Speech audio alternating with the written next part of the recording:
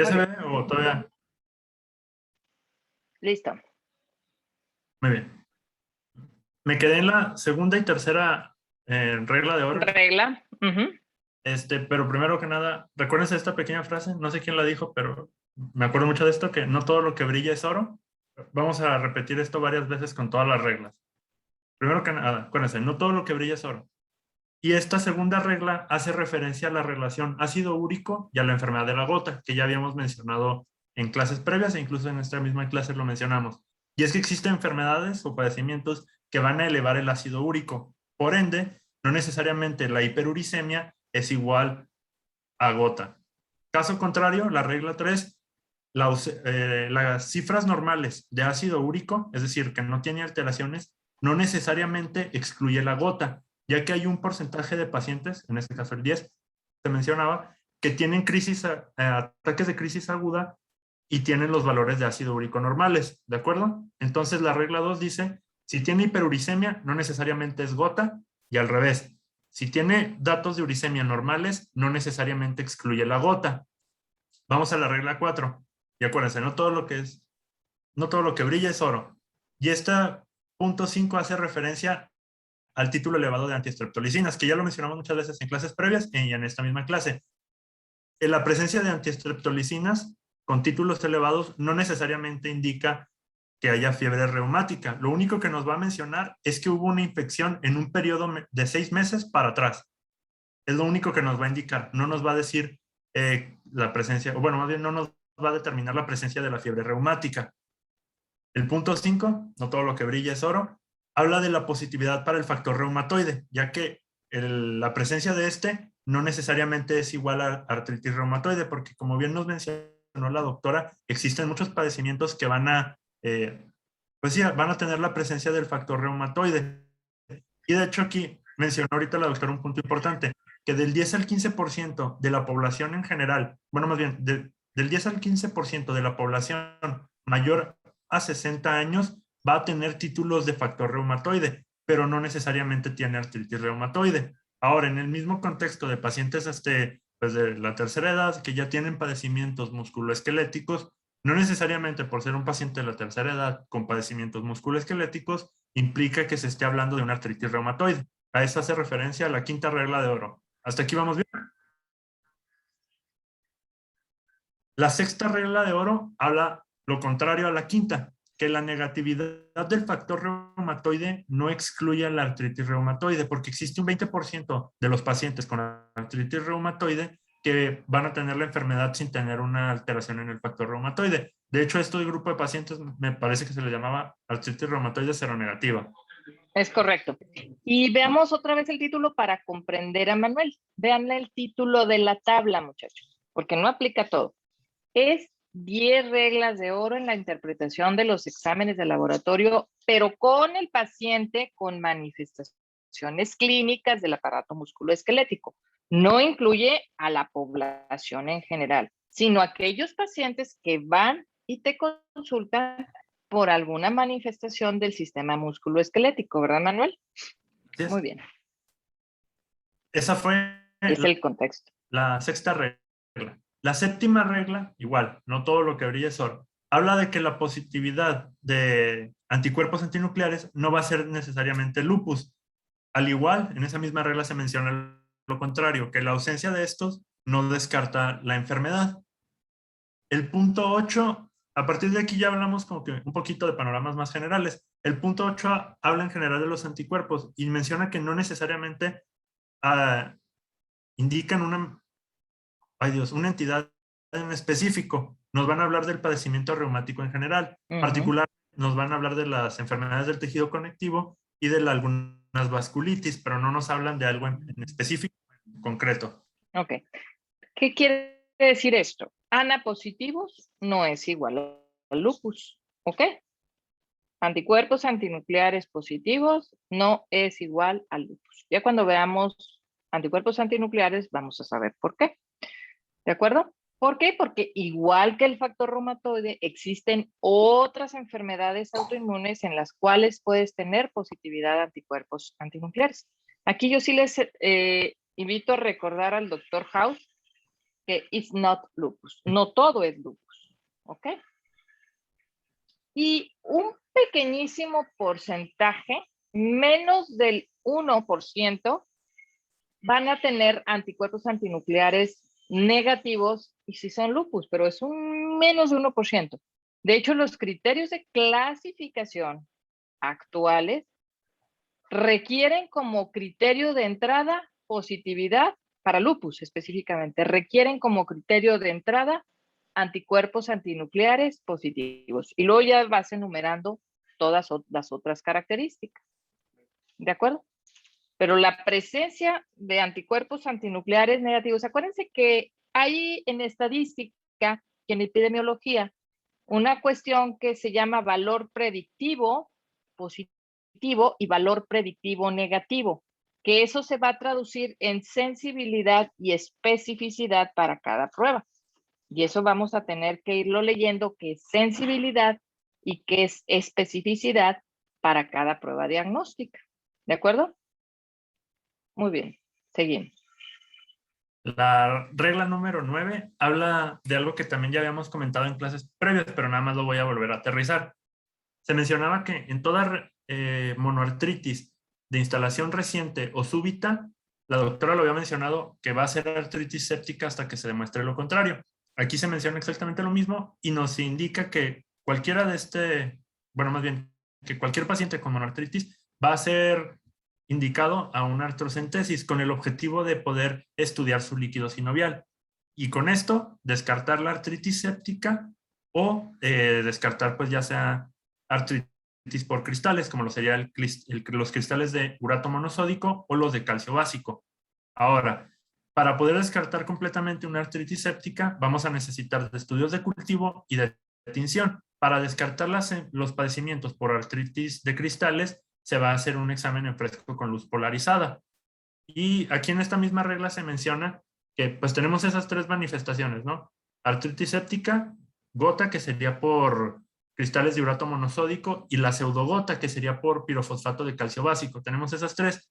Menciona que estas inclusive en ocasiones van a poder encontrarse en un mismo paciente, ya sea las dos de cristales o una de estas con la séptica. ¿Hasta aquí vamos bien?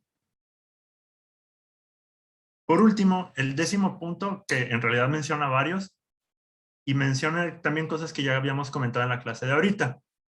Uno, que el juicio clínico siempre va a determinar la terapéutica. Es a lo que más enfoque le debemos de dar, ya que los exámenes de laboratorio pueden tener errores o pueden no coincidir. Por eso las decisiones terapéuticas siempre se toman en base al juicio clínico.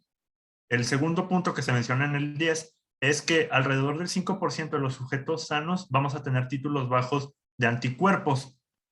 Y el tercer punto que se menciona en este punto 10 es algo que la doctora indirectamente ya había mencionado, que los pacientes tienden a, pues, a ya traer como su sugestión o de que, tengo artritis reumatoide, no sé, cosas de ese estilo, que nosotros no nos debemos dejar influenciar por ese tipo de decisiones e interpretaciones del paciente, que nosotros tenemos que establecer el juicio médico.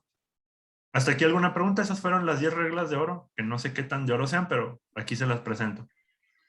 Ok, es así como que entre paréntesis las 10 reglas de oro. Esta bibliografía fue hecha por el doctor Francisco Ramos Miembro, es un reumatólogo ya de los máster de la reumatología, y Horacio Lom.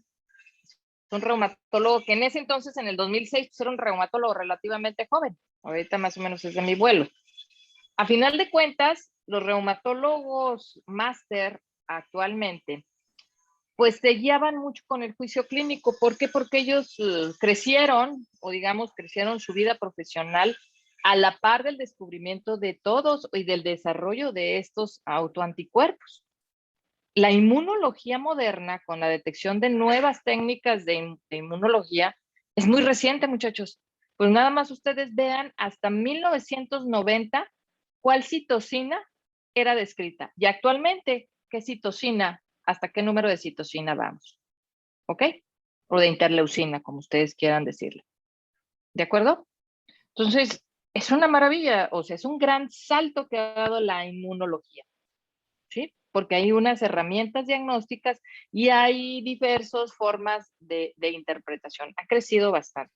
Entonces, los reumatólogos viejos, por así decirlos, eran mucho más basados en la clínica y había que esperar a veces hasta meses para tener un resultado de unos anticuerpos antinucleares. ¿Ok? No es como ahora que haces una determinación de unos laboratorios y en menos de una semana tienes los resultados. A veces teníamos que esperar 1 o 2 meses, de 1 a 2 meses, ¿por qué? Porque estos laboratorios se procesaban fuera del país. Entonces teníamos que esperar todo ese tiempo.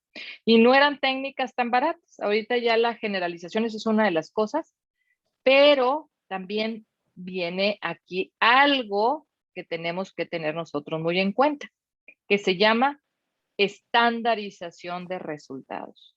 ¿Creen que es importante la estandarización de resultados? Pues sí, Claro, se impacta, ¿no? A ver, ¿quién da? ¿Qué piensas? ¿Quién habló? ¿Quién levantó la manita? yo había dicho que, Diego, ¿no? Sí. Diego, a ver, Diego. pues sí, porque se tiene que usar el mismo material en todos los laboratorios para que sea el mismo resultado, para poderlos tratar de la misma manera con lo que ha causado, pues, con lo que ha funcionado. Ok. Y se llaman índices estandarizados. Por ejemplo, con los INR, si cada laboratorio, INR, que son los tiempos de coagulación en un paciente anticoagulado, si cada laboratorio diera su propio índice, pues a lo mejor en un paciente que está bien anticoagulado, en un laboratorio va a salir con unos índices diferentes. ¿De acuerdo? Por eso se agarran sujetos sanos y lo vas a estandarizar de acuerdo a la región. ¿Sí? Haces un número de sujetos sanos, sacas un promedio y ese es tu índice estandarizado, a final de cuentas, que es un promedio. ¿Sí? Y cuando tengan un valor anormal de laboratorio y el juicio clínico te dice que no corresponde, ¿qué es lo válido? En la clínica. Hacerlo de nuevo. Clínica manda. Si es posible. Clínica manda y sería mandatorio repetir el examen en cuestión. ¿Hecho? Si Doctora, tienes, por ejemplo, miren, les voy a poner un ejemplo muy fácil. Llega un paciente con 250 de glucosa, pero trae un examen general de orina normal. Paciente sana previamente, no tiene ningún antecedente. ¿Lo calificas como diabética? Se tendrá que repetir la medición de la glucosa. Ok, ya lo van a ver en endocrino. Por eso les digo, todo tiene relación.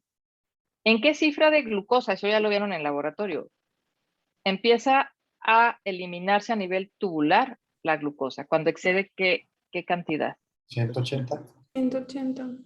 Arriba de 180. Entonces, me están reportando 250 miligramos por decilitro en glucosa central o en glucosa sérica. Y tienes un examen general de orina del mismo día en el cual no tienes glucosuria, ¿cuál es lo correcto? Pues que repetir o que estaba mal la prueba de... Repetir ambas, ¿de acuerdo? Ante la duda, repites ambas, ¿sí? Repites glucosa y repites examen general de orina, ¿sí? Se supone que si tienes 250 deberías de tener por lo menos glucosuria de 1 a 2 cruces, ¿sí? Por lo menos. Muy bien. ¿Qué nos ibas a comentar, Iñaki? Yo tenía la pregunta, por ejemplo, al principio de la clase puso que los pacientes te llevan al estudio. Uh-huh. Si te llevan al estudio, ¿cuánto tiempo es para que tú les pidas el mismo estudio de nuevo? Todo depende de la calidad del laboratorio. Ustedes ya como médicos van a ir viendo las interpretaciones y van a ir conociendo los lugares donde se procesan los exámenes de laboratorio. Y depende también del método analítico que haya sido descrito. No es lo mismo, por ejemplo, que lo que te decía Iñaki. Si te llega un factor o si te lleva el paciente un factor reumatoide positivo cualitativo, que lo vamos a ver, más adelante lo vamos a ver, cualitativo que es el de positivo negativo, que es el de método más viejo, que es el de maglutinación y el que más falsos positivos tiene, y que tuviera 0 nada de manifestaciones clínicas. Entonces, pero si te dice, es que yo tengo una tía que tiene artritis reumatoide, entonces, ¿cuál sería ahí tu congruencia? ¿Qué dirías? ¿Lo repites ya? Pues para una siguiente cita, pero ¿por qué método? Que es lo que vamos a ir viendo en esta clase. De acuerdo que existen también varios métodos diagnósticos, también de herramientas diagnósticas. ¿Sí? Ahí lo más importante sería ya no un factor reumatoide cualitativo, sino ¿cuál? Cuantitativo. Y en el momento. Y acuérdense que a veces, por ejemplo, en reumatología, los exámenes de laboratorio no caducan, porque sí te sirven como historial. Si esa es la pregunta que tú te refieres. Generalmente a veces yo le digo, bueno, hace un año usted se hizo algún análisis, dice, sí, me salió esto anormal. A ver, lo revisamos y lo centramos en el contexto actual. ¿De acuerdo? No hay un tiempo que digas, ok, voy a tener que dejar esperar que pase tanto tiempo para poder realizar la prueba. Todo dependerá del contexto clínico en el que tú te encuentres. Por ejemplo, un paciente que haya tenido dengue hace más de un año y dentro de las manifestaciones, como tuvo plaquetas bajas, fiebre, rash, le hicieron unos anticuerpos antinucleares, una mujer joven y salieron positivos. ¿Al cuánto tiempo repites esperando que esos anticuerpos se eliminen? Porque el paciente se curó, a las 6 semanas ya estaba como nueva. ¿Verdad, Manuel? Eso viene más adelante en las determinaciones. Pero ya los hacemos pensar. Muy bien. Y vamos viendo también lo que les comento, valor predictivo positivo y valor predictivo negativo, que es sensibilidad y que es especificidad para una prueba, porque eso es muy importante. ¿Verdad, Manuel? En conclusión, con estas 10 reglas, no le pidan perfil reumático al paciente. ¿Existe el perfil reumático? O sea, pido a ver qué encuentro. No, además de que lo voy a hacer gastar, pueden encontrarse sorpresas. Y luego, ¿qué haces con esos exámenes de laboratorio que te salen anormales y no te cuadran con la sintomatología clínica o que son hallazgos? Y luego, y son los lupus que no son lupus, o son las artritis que no son artritis, reumatoides específicamente. ¿Ok? Muy bien. ¿Duda, pregunta? Maxi, Valeria, Anaí, todos.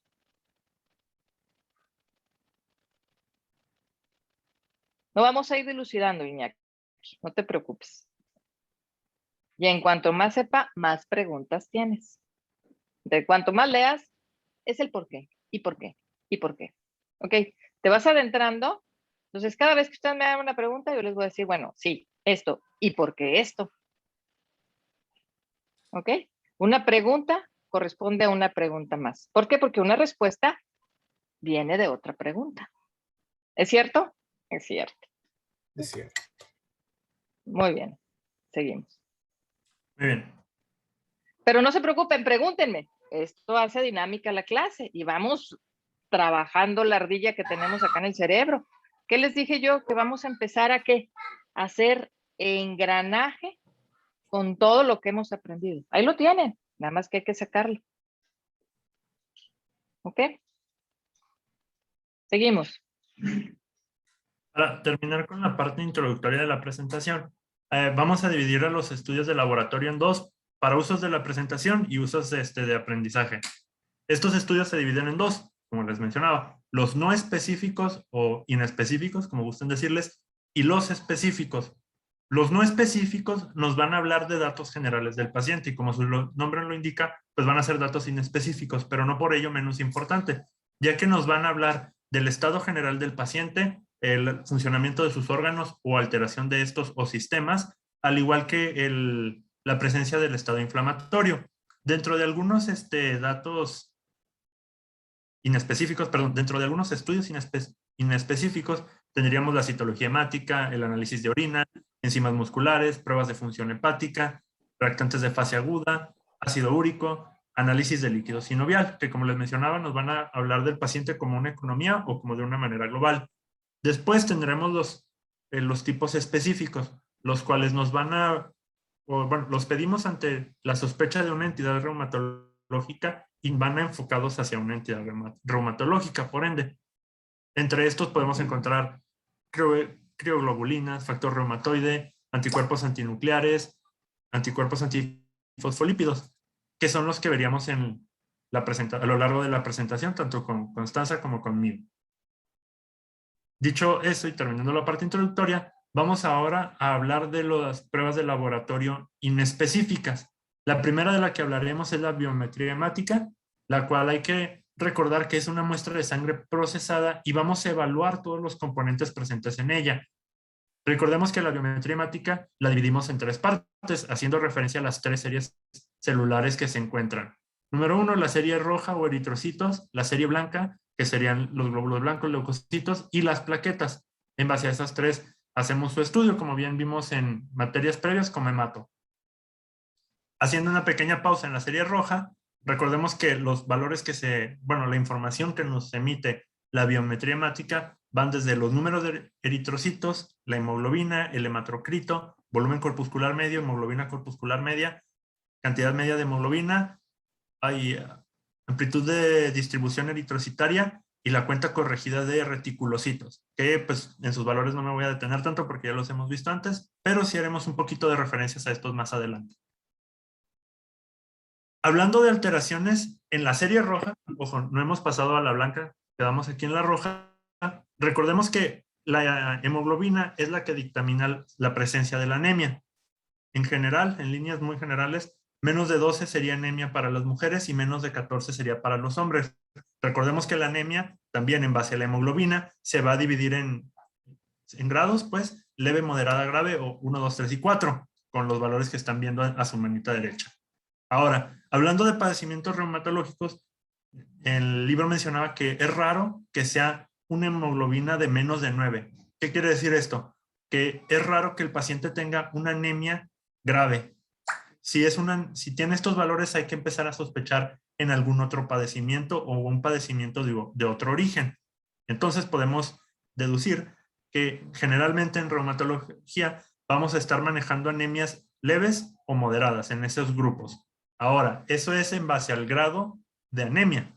Recordemos que las anemias tienen nombre y apellido. Es más, de hecho, 2 apellidos. Pueden ser normocítica, normocrómica, también tenemos las megaloblásticas y también tenemos las hipocrómicas, microcíticas.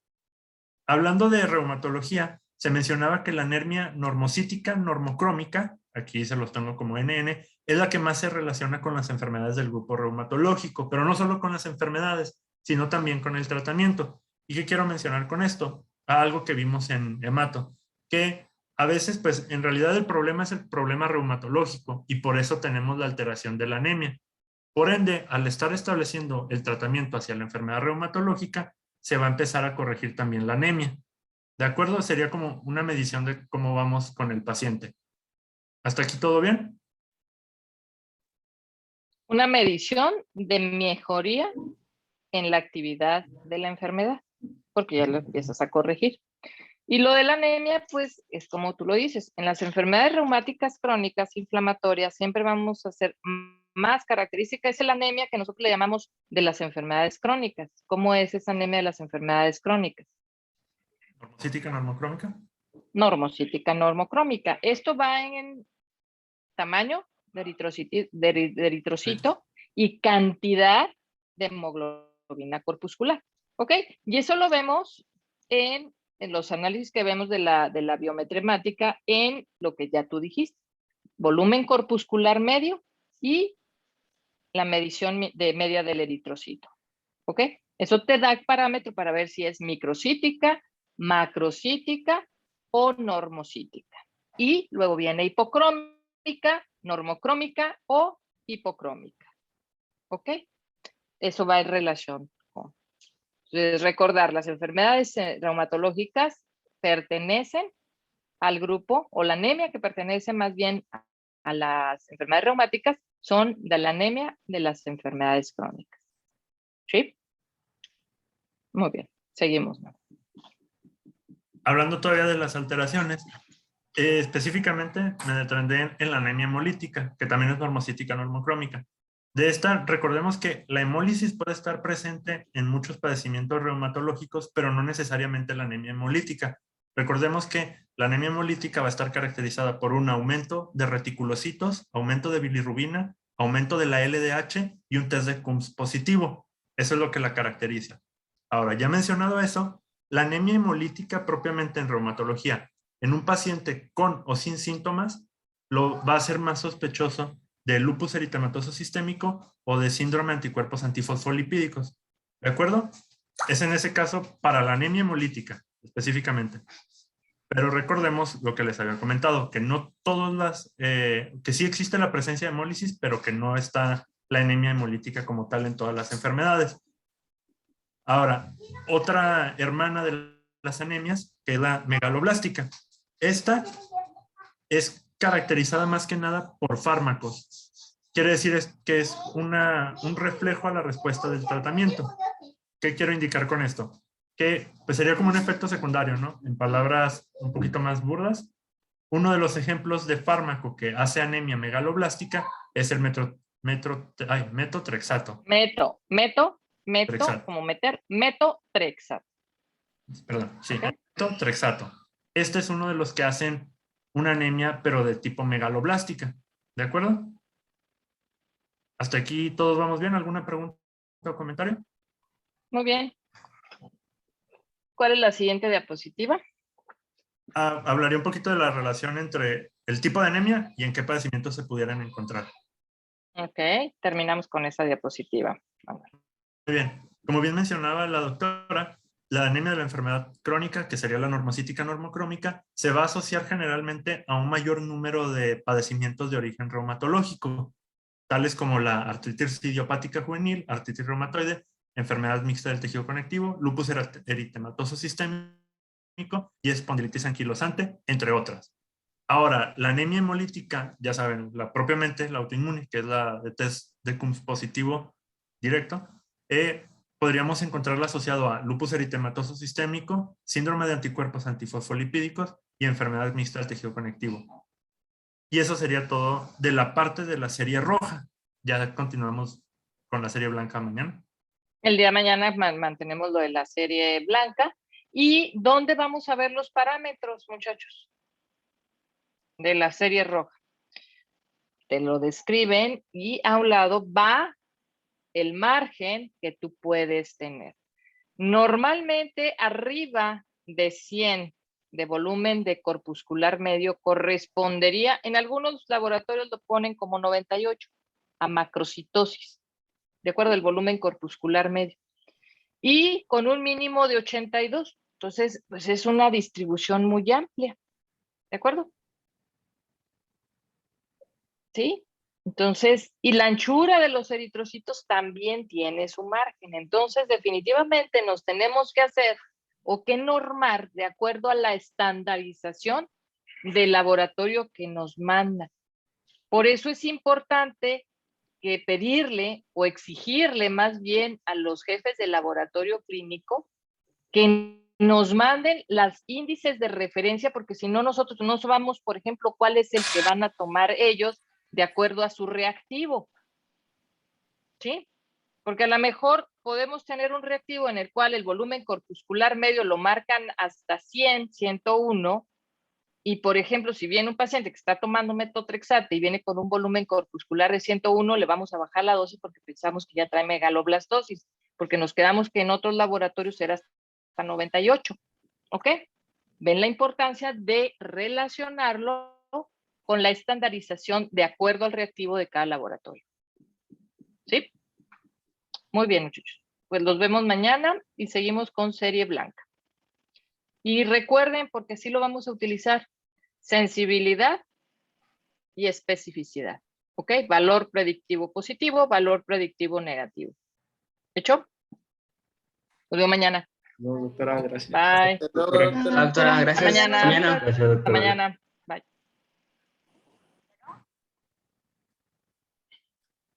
Sí.